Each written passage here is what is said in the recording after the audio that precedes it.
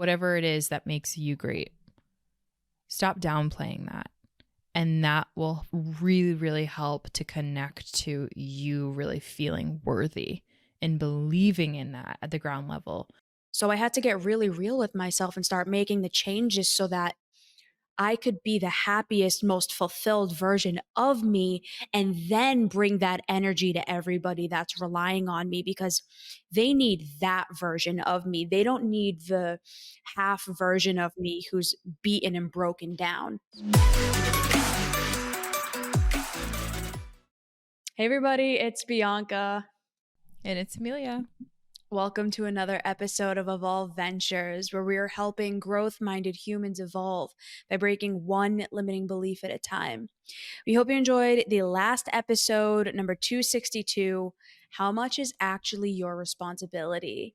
For today, Motivation Monday, number 263, It's Time to Make This Change. You and I have had more conversations about this than I think anything else. We talk about it regarding ourselves. We talk about it regarding our clients and the people closest to us. And honestly, just how much of a terrible impact that this is making on everyone that we know. And what we're talking about is the lack of putting ourselves first. And now, for everyone listening, this isn't going to be another like fluffy frou-frou, you need to love yourself first and blah, blah, blah. What we're going to be diving into is what it actually looks like to put yourself first. Like, what does it actually mean? And why do so many of us struggle with this? And you and I have been talking a lot about the fact that I'm still struggling with this a lot. You know, before moving into here, I was the only person that I was really responsible for. I mean, not really, because we still had Evolve. We had a much bigger team, and I have like 50 plus clients that I see. But I really I'm just only going to say, had I don't know about that. but yeah. Well, what I'm saying is now I have like areas to take care of. So like I wasn't like maybe some of our listeners where like I was a mother or a father and I had kids and I had a ton of other people in my personal life that I was responsible for, that like once I got home, they were my sole focus, right? Which is what a lot of people do experience. Yep. My experience was really different because I work from home. So it kind of never shuts off. And especially with the way that you and I live our lives, it's like, if it's not one thing, it's another. Like it never turns off. And I know a lot of people deal with that too, because it's like, okay, well, I'm done with work.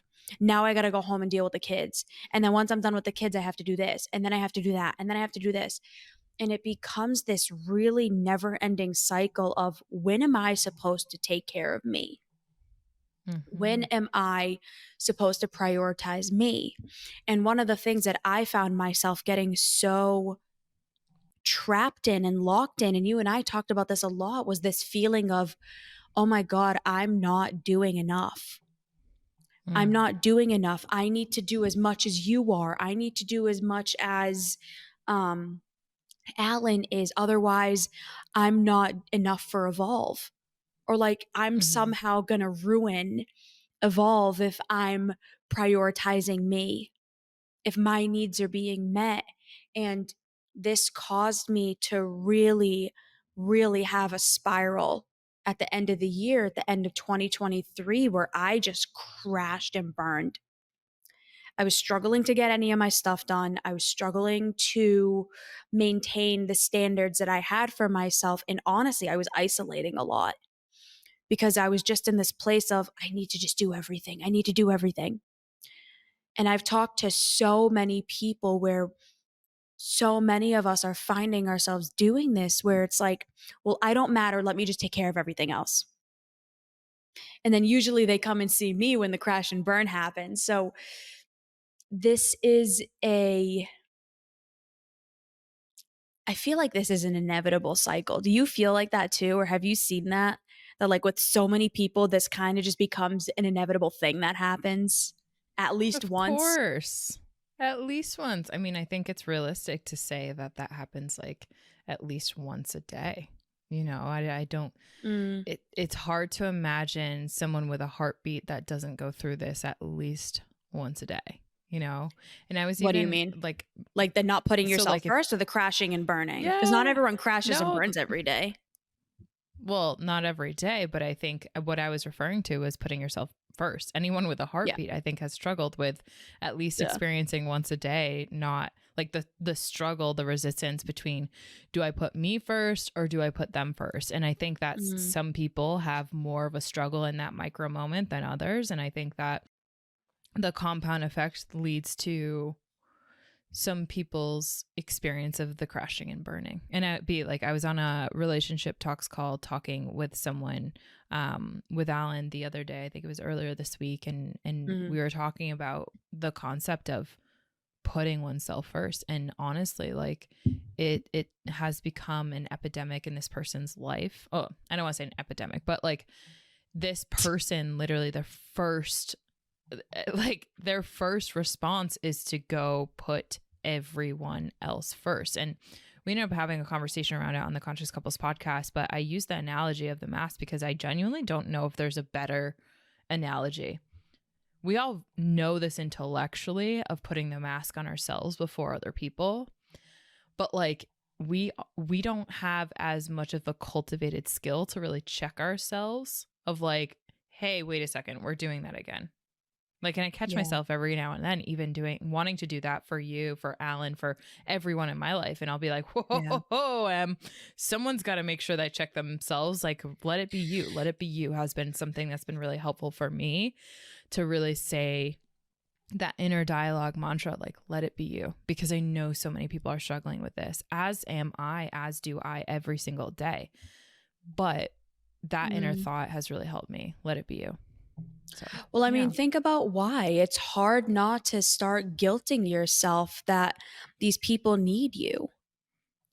I mean, Yeah. how, like, from as early as I can remember, like, I was never told explicitly, you shouldn't take care of yourself, take care of everybody else. But I saw my mom Yeah, it's do all that. implicit. I saw Yeah. my mom do that. My mom never prioritized herself. And she talks about it today. She's like, honestly, I really Yeah. regret.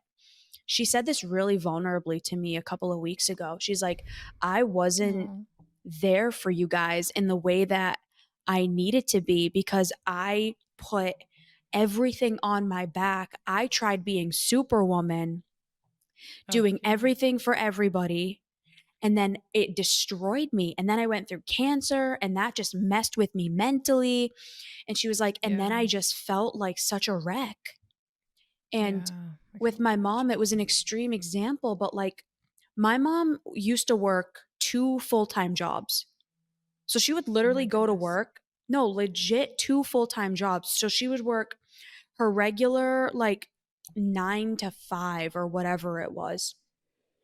She would wake up at like 6 in the morning, get all of Mm-hmm. us ready, then barely get herself ready. She would drive us all to school.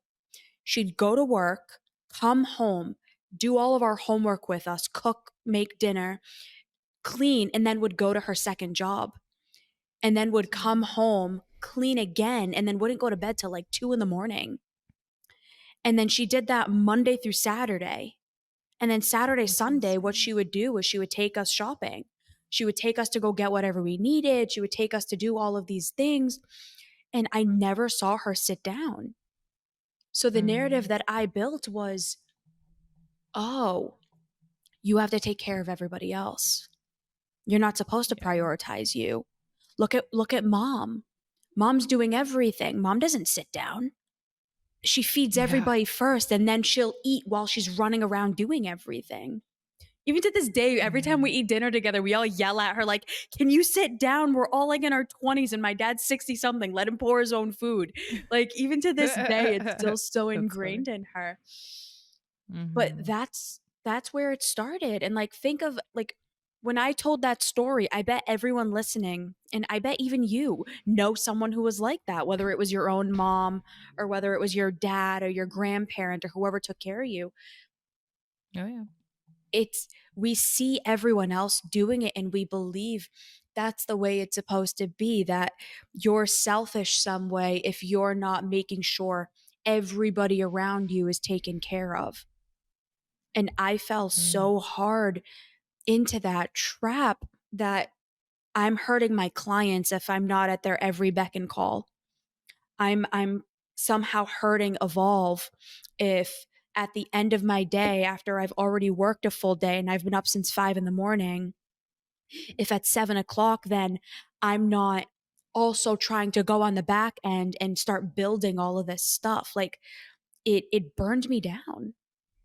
And Mm-hmm. then we all got impacted by it because I wasn't showing up in the All of way that us. I needed to. I wasn't, my energy was so low. I felt so mentally and emotionally destroyed. And now Mm-hmm. I'm like forcing myself to take self care. And it's so uncomfortable. I literally hate it. But I know it's doing me such good. And I'm also trying to break through that narrative that made me feel like I wasn't supposed to be doing these things. Mm-hmm. Self care never is going to do you dirty. Self care is always going to be good, honestly. And I know our listeners know that. I know you know that. And I know that. Like, Yeah. that's just like a truth that honestly, it's going to cut right through the BS, whatever belief systems we want to tell ourselves, and whatever moments that our narratives really try to come up against that. So, like, um, as we kind of close this episode for our listeners, because this is something that I know I've spoken to so many people in our community, and I've spoken to so many people around the world in general. And this topic continues to shine through as a season of difficulty that seems to never end. Oh, yeah. However, there can be progress that can be made. Like if I, for example, were to compare the way in which I am putting myself first now to the way in which I put myself first 10 years ago, it's a totally different version of putting yourself first, right? So like the way in which you're putting yourself first now is totally different from even last year. And we're only 13 days into the year at this point by the time we're Yeah. recording this. So Way in more dialed conclusion to in. this episode, yeah, way more. But here's the thing, life is about those expansions and contractions. And Absolutely. you contracting back into your own truth around what is meaningful, what is energizing, what is fulfilling from a self care standpoint, putting yourself first, that is allowing you to expand in other ways. But I think you need both. So, in conclusion, what would you suggest to our listeners who might be more on the people pleasing end, that are struggling hardcore with this in not just one or two areas of their life, but every single area of their life? In conclusion, what is your final takeaway for our listeners Mhm. and episode suggestion? It was the thing that I had to do for me and that I'm still doing with me, which is breaking through the beliefs that are keeping me feeling like I'm bad or wrong or not good enough to Mm-hmm. prioritize myself. Really making sure that you're doing the work on that, because at the end of the day, there's always going to be more for you to do. There's always going to be more people who need you. There's always going to be more, more, more, more, more. Yeah. But there's never going to be more of yourself if you continue down that path. Like, you're only going to destroy yourself by doing that. And then what's the point of life at that point? Like, I got really blunt with myself of like, are you living your life for you? And are you actually happy? Because the Yeah. answer was You no. gotta. So I had to get really real with myself and start making the changes so that I could be the happiest, most fulfilled version of me, and then bring that energy to everybody that's relying on me, because they need that version of me. They don't need the half version of Mhm. me who's beaten and broken down because I'm not taking care of Yeah. myself. So that is Gosh. my takeaway. Episode suggestion 229: how to start self forgiveness. Mm, beautiful. My episode suggestion is 243 Motivation Monday, how to stop downplaying your accomplishments, because Mm, I really do believe that those who I have seen on the really virtuous end of this, where they are putting themselves first more consistently, and they're doing so from a place of like virtue and self energy, and doing so in a balanced approach, or yeah, just a really beneficial approach to where that's someone that you would look up to. What they're doing behind the scenes when no one is looking, they're stopping to downplay the things that do make them great. So, whatever it is that makes you great, stop downplaying that. And that will really, really help to connect to you really feeling worthy and believing in that at the ground level, to put that mask on yourself first before everyone else. So, with that conclusion, if you're struggling in this arena, if you're struggling to make this change, if you're struggling to, get into the arena, we like to call it, where you're putting that mask mm, on your face, you're putting yourself first. And maybe you have all of the narratives around guilt. Maybe there's shame that's even induced when you take a moment for yourself. Maybe you're like Bianca's mom, where you're superwoman momming it up and you feel like you don't even have time for yourself. The last thing that you're thinking about is, how can I get on a one-on-one call every bi-week and get coaching on this, right? The last thing you're thinking that is, I want to really try to make changes around this, but it's the first thing that's going to have the biggest impact. So if you're someone that's struggling in this arena, we just launched, and you've probably heard this already, but we want to make sure that you know that it is at your fingertips. We just launched our You Do You program, which is an online 24/7 therapy and coaching program, super revolutionary to this industry, because there's really no thing that exists like this. At your own pace is the biggest component of this. You can grow, you can get mental health, you can get support at your own pace. So if that's something that sounds like it would be in alignment with you, it's incredibly affordable, and we highly recommend you reaching out to us for the details. It's also on our website, evolveventurestech.com. So that link will also be in the show notes in case you want to sign up for that. And we can't wait to see you Thursday. Another episode. Go crush your week, everybody. Have a good one. Bye. Bye, everyone.